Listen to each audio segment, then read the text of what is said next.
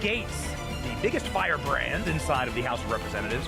You're not taking Matt Gaetz off the board, okay? Because Matt Gaetz is an American patriot and Matt Gaetz is an American hero. We will not continue to allow the uniparty to run this town without a fight. I want to thank you, Matt Gaetz, for holding the line. Matt Gaetz is a courageous man. If we had hundreds of Matt Gaetz in D.C., the country turns around. It's that simple. He's so tough, he's so strong, he's smart, and he loves this country. Matt Gaetz. It is the honor of my life to fight alongside each and every one of you. We will save America. It's choose your fighter time. Send in the Firebrands.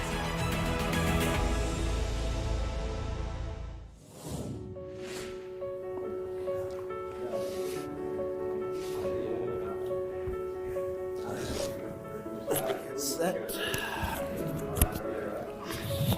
All right, quiet on the set. All right, here we go. 5, 4, 3. 17 years ago, I was elected to a seat in Congress that I couldn't get an internship for. Today, I sit here having served as your whip, leader, and as the 55th Speaker of the House. As the son of a firefighter from Bakersfield, my story is the story of America. For me, every moment came with a great deal of devotion and responsibility. Giving my best to all of you has been my greatest honor. I'm proud of what we have accomplished. We won a House majority twice. We elected more Republican women, veterans, and minorities to Congress than ever before. We reduced the deficit by over $2 trillion while protecting the full faith and credit of our nation. We kept our government operating and our troops paid while wars broke out around the world. Traveling the country and serving with all of you, I have encountered far more people that want to build something than those who want to tear it down. I have faith in this country because America is more than a country. America is an idea. Today, I am driven by the same purpose that I felt when I arrived in Congress. But now, it is time to pursue my passion in a new arena. While I'll be departing the House at the end of this year, I will never, ever give up fighting for this country that I love so much. To all those who have supported me through the years, especially our constituents, thank you from the bottom of my heart. We did our part. And when the stakes were the highest, we rose to the challenge. We were willing to risk it all, no matter the odds, no matter the personal cost. Simply put, we did the right thing. Thank you, God bless you, and God bless America. That's a wrap.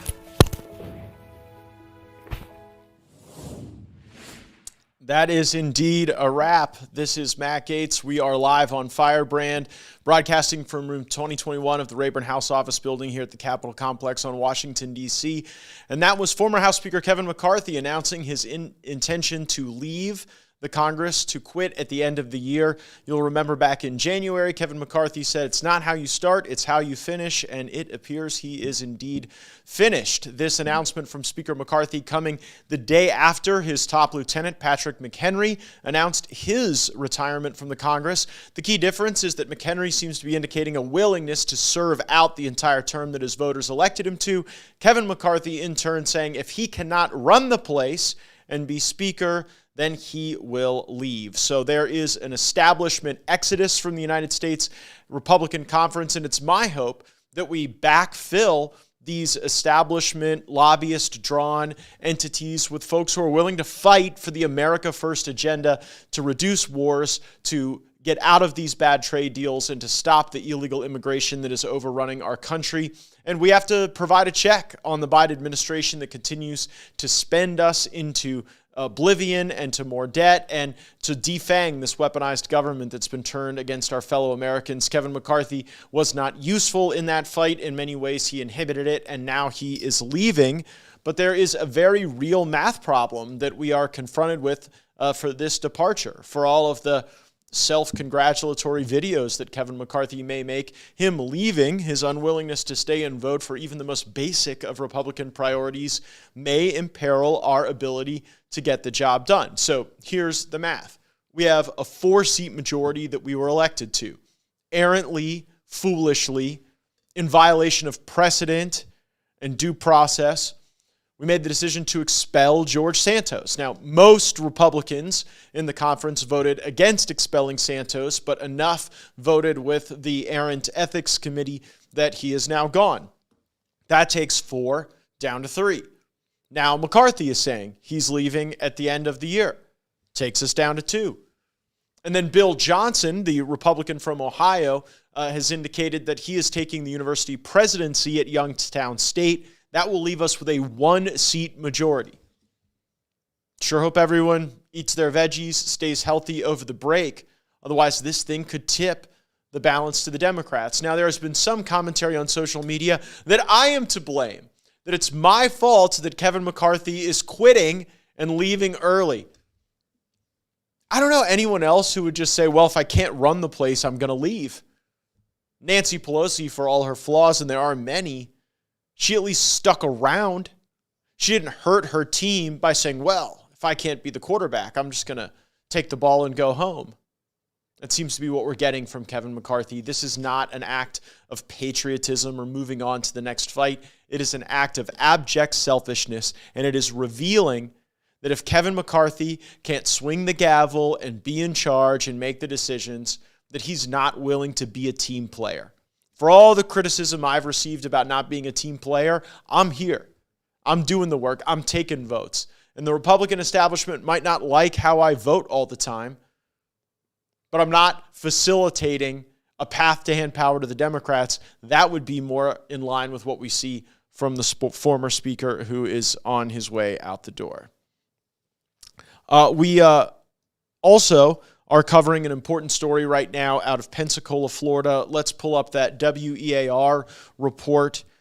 Suspect in custody following a bomb threat at NAS Pensacola. And for your sense of context, today is the 4-year anniversary of the terrorist attack at NAS Pensacola that left 3 of our sailors dead and killed at the hands of a Saudi Arabian military official who had acquired a gun, had brought it onto campus. We later learned that that Saudi Arabian official was inspired by Al-Qaeda on the Arabian Peninsula. There were a number of our first responders and police who were harmed in getting there and limiting the carnage that was visited upon our community at the negligence of the Kingdom of Saudi Arabia. They are required, when they have people training in the United States on our aircraft and on our weapon systems, to be monitoring their social media, to be communicating with them, to see that they do not fall victim of any type of radicalization. And because of that negligence from the Kingdom of Saudi Arabia, people ended up dead in my community. Now, to date, the kingdom has not stepped forward to take responsibility to ensure that the first responders who took bullets and saw their lives forever changed were in any way compensated for that damage caused by Saudi Arabia's negligence. So I've introduced legislation to hold Saudi Arabia accountable, and we were talking about that today, giving interviews about it, building a coalition for it. When we saw this news, a suspect is in custody following a bomb threat at NAS Pensacola Wednesday morning. According to NAS Pensacola, a suspected bomb threat was made on base at 9:35 a.m. The Escambia County Sheriff's Office received the call about the threat at about 10 a.m. The base was then put on lockdown as Naval Security investigated. NAS Pensacola said at 11:15 a.m. that a suspect was in custody. Naval Security Forces, in coordination with local law enforcement partners, executed a pre-planned response and are in the process of clearing the affected areas. NAS Pensacola said in a release, no one was injured, and the individual suspect is in custody. So we have yet to see if there's any evidence of that person working in concert with others. I am eager to see whether or not this has any relationship to the historic nature of this day. I have gotten reports that on Telegram and other sites, Al-Qaeda-related groups were celebrating this anniversary and this terrorist attack in Pensacola, Florida. And we will get to the bottom of this particular bomb threat, and we'll give you updates and reports accordingly. Report I saw in the Washington Examiner I want to bring to your attention. The piece is titled, "Children with Liberal Parents Are More Likely to Suffer Mental Health Problems." The piece says children who grow up in politically liberal households are more likely to suffer mental health problems than their conservative peers, according to a new study. An Institute for Family Studies and Gallup report found that political ideology is one of the strongest predictors of which caregiving styles a parent adopts, and conservative parents are associated with the best mental health outcomes for their children. Conservative parents have several key distinctions in their relationship with their children that inform mental health care outcomes, including the ability to effectively discipline their children while also displaying affection and responding to their needs. The right-leaning parents also have better quality relationships characterized by fewer arguments, more warmth, and a stronger bond. Political ideology is just one predictive factor in the overarching conclusion of the study, which is that having high-quality relationships between children and their parents is the most important factor in achieving positive mental health outcomes. So, if you're not conservative for your pocketbook or your country, be conservative because it'll make you a better parent. Well, having good relationships with your children make you a better parent. And it seems as though conservatives are drawn to the very types of relationships that are productive and nurturing and warm. And that's something we encourage for everyone. We got an update out of the Department of Justice today regarding the investigations they're doing vis-a-vis Ukraine and war crimes. Take a listen. So to Washington, D.C., here we go. As previously mentioned, this is Merrick Garland. He is explaining why the Justice Department has filed the first ever charges under a U.S. war crime statute against 4 Russian-affiliated military personnel in what is described as heinous crimes against an American citizen. So drop on in here in D.C.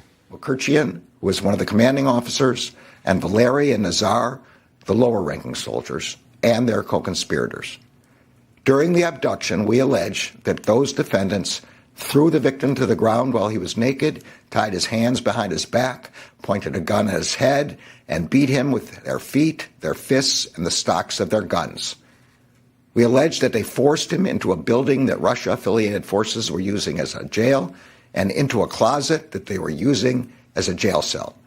We allege that as they interrogated him, they tortured him. They beat him again with a gun. They punched him in his chest and stomach. They threatened to shoot him. They stripped off his clothes and took pictures. One of their conspirators threatened to sexually assault him. We are back live. So what does it mean that the Department of Justice now is trying to bring these war crimes actions against Russians due to the conflict in Ukraine?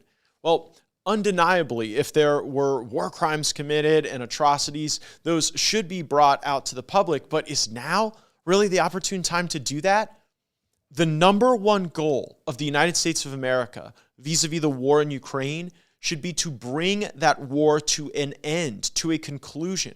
It's one of the reasons I've been fighting against all these efforts to send more money and military materiel into the region. And it's one reason why I wouldn't be showcasing the war crimes pleadings at this stage of the game, because it is very likely that those accusations could make it even more difficult to bring these parties into any sort of peace accord. Now, the efforts to investigate, collect evidence, I support all of that. We should get the evidence. But when you're out there accusing the Russian military of war crimes, it does increase the terrible prospect of some sort of escalatory accident where perhaps nuclear authorities or codes are devolved, and someone who thinks that might be brought up on war crimes believes that their only way out is some sort of detonation of a tactical nuclear weapon or even the launch of an intercontinental ballistic delivery system. So I really, really question the timing of the Attorney General on this. No problem with collecting the evidence. But when you're out there at this stage of hostilities trying to make the case on war crimes, I think you've put the cart before the horse a good bit. And as we're having this discussion, there are ongoing negotiations about how to deal with the desire on the part of many Republicans and Democrats, principally Mitch McConnell and Joe Biden, to lash Ukraine money to Israel money or border money or Taiwan money. And as I've said many times, I do not believe that we are well served to address these questions collectively. The war in Israel is fundamentally different than the war in Ukraine, which is fundamentally different than you will see potentially in the Taiwan Straits and in the South China Sea. And if we do not look at those as separate geopolitical events, my concern is that we're just writing checks to the military-industrial complex without any real sense that our objectives are more likely to be achieved as a consequence of that spending. And so we'll watch it closely. To date, House Speaker Mike Johnson has not fallen for the McConnell-Biden plan. He's resisted the supplemental that the White House wanted, and he's told Mitch McConnell that we are not going to be able to lash these things together with the current offers and the current discussions we've seen around the Senate. That is positive. We want to keep the Speaker on that direction. We had an odd hearing in the House of Representatives yesterday. I want to bring your attention to it. We're talking about women's sports, Title IX. There are federal equities at play there. We don't want men participating in women's sports. And from no less than the National Women's Legal Center, we get testimony from Fatima Gross, who says women just need to lose more gracefully to men. Take a listen. Success in school sports depends on a whole range of factors, including how hard you work and coaching and access to really good resources and facilities. And trans students participate in sports for the same reason as their kids, because it is fun, because it creates belonging and community, because it teaches so much about persistence and leadership and discipline, unless they learn to lose gracefully, hopefully. And often they learn to win with dignity, hopefully. They learn to do the sort of work that means you have higher grades and stay connected to school. I want every kid to have that chance, to have the chance to play. So I feel compelled to just end my testimony with a few ideas for the committee to pursue if it really wants to work on this issue. We could make it safer for student athletes who report harassment and sexual misconduct. We could address resource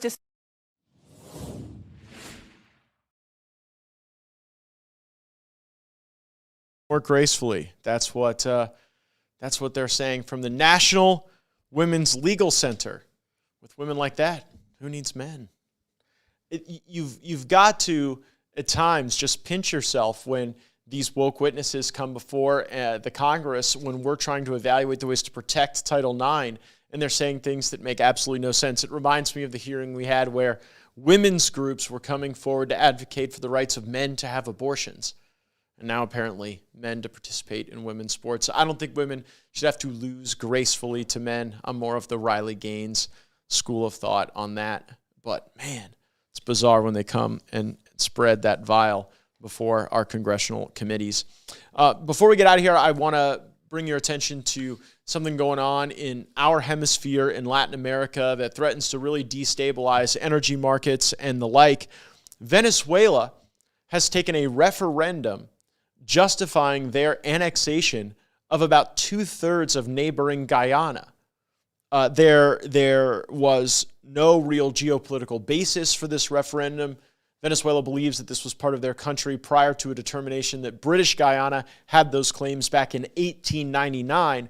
Now Maduro, facing an election and a lot of popular discontent, is seeking to externalize his conflict and his failures by saying, well, what Venezuela really needs is to take over 2/3 of Guyana. There's a lot of consternation about this in Guyana, as you might imagine. Here's Guyanan President Ali reacting to this news. We'll talk about it on the other side. Well, first of all, I want to make it very clear that the borders were settled in 1899. Venezuela and then British Guyana participated fully in the settlement of this border. They both agreed on the border.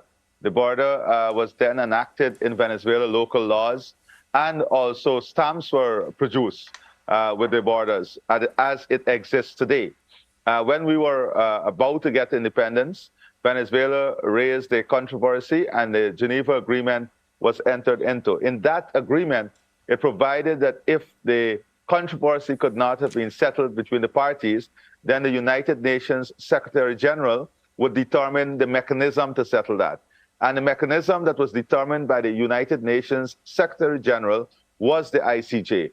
And that is where we believe this matter must be settled. But as you rightfully said, Venezuela is faced with many challenges, political challenges, democratic challenges, and challenges within its society itself. Many believe that this is a distraction to what obtains in Venezuela now, but we are taking this very seriously because of the narrative that is coming out of Venezuela, the threat that comes out of Venezuela. And recently, Venezuela opened defiance of the International Court of Justice when the leaders there basically said they will not adhere to the orders of the ICJ. Now, this is an important issue for us in this region because we want this region to remain a zone of peace. We want this is an important part of the Western Hemisphere.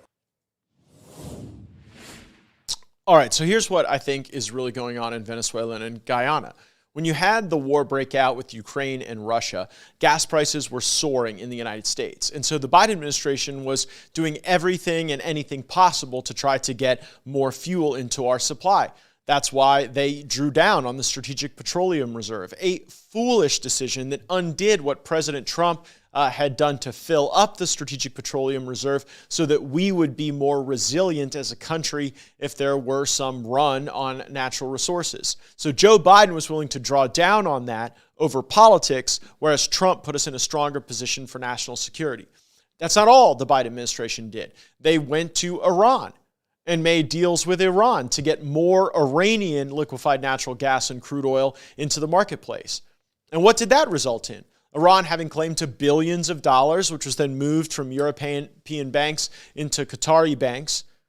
And now that extra $6 billion that Joe Biden has unlocked for the Iranian regime, we see put to use in the hands of the Houthis and Hamas and Hezbollah and Iranian-backed proxies throughout Syria and northern Iraq, and it is causing real damage to our service members, U.S. contractors in the region. Our allies are becoming more anxious and destabilized because we made sure that Iran was more flush with cash than previously so that we were able to justify this continuing pressure against Russia.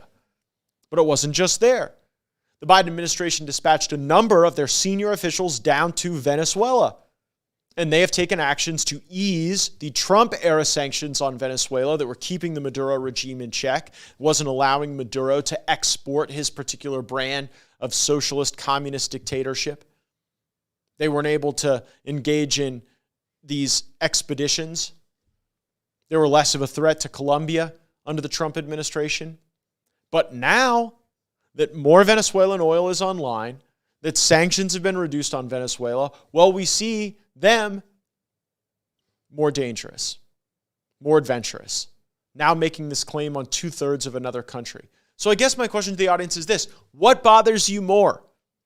Russia being interventionist in Crimea or Venezuela being interventionist in Guyana?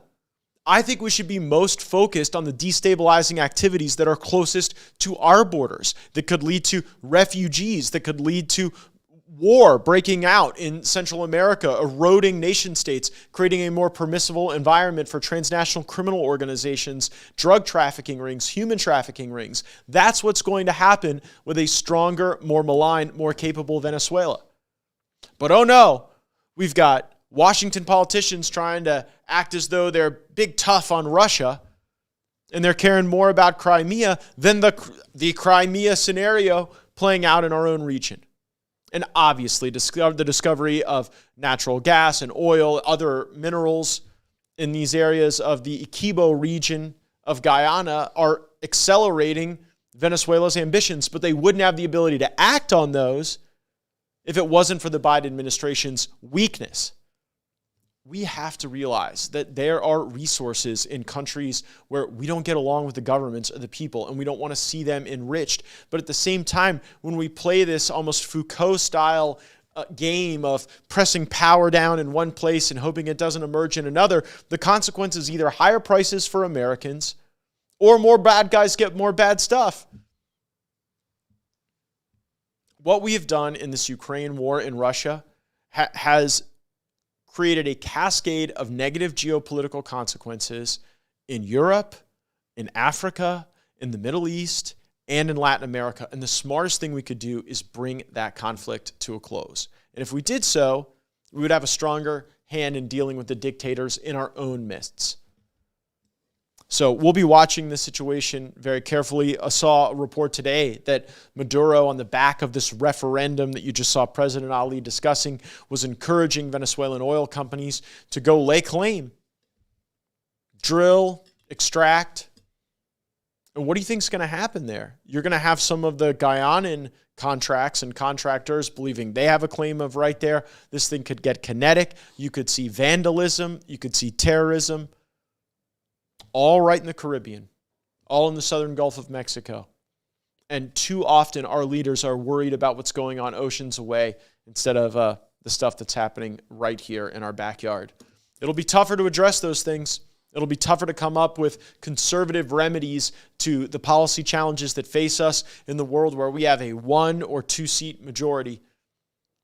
But that's because Kevin McCarthy isn't sticking around if he can't wield the gavel. Somewhat predictable, perhaps, but predictably selfish, not in service of the Republican goals and the Republican majority. We'll keep fighting for those goals. We're glad you've joined the conversation. Make sure that you are subscribed to our podcast. You must have notifications turned on because we go live at different times of the day. And if there are issues before the Congress you'd like to hear extended commentary on, or you want a brief or an update on, leave those in the comments. We love reviewing them and getting your feedback. Thanks again for joining us. We'll be back soon. Roll the credits.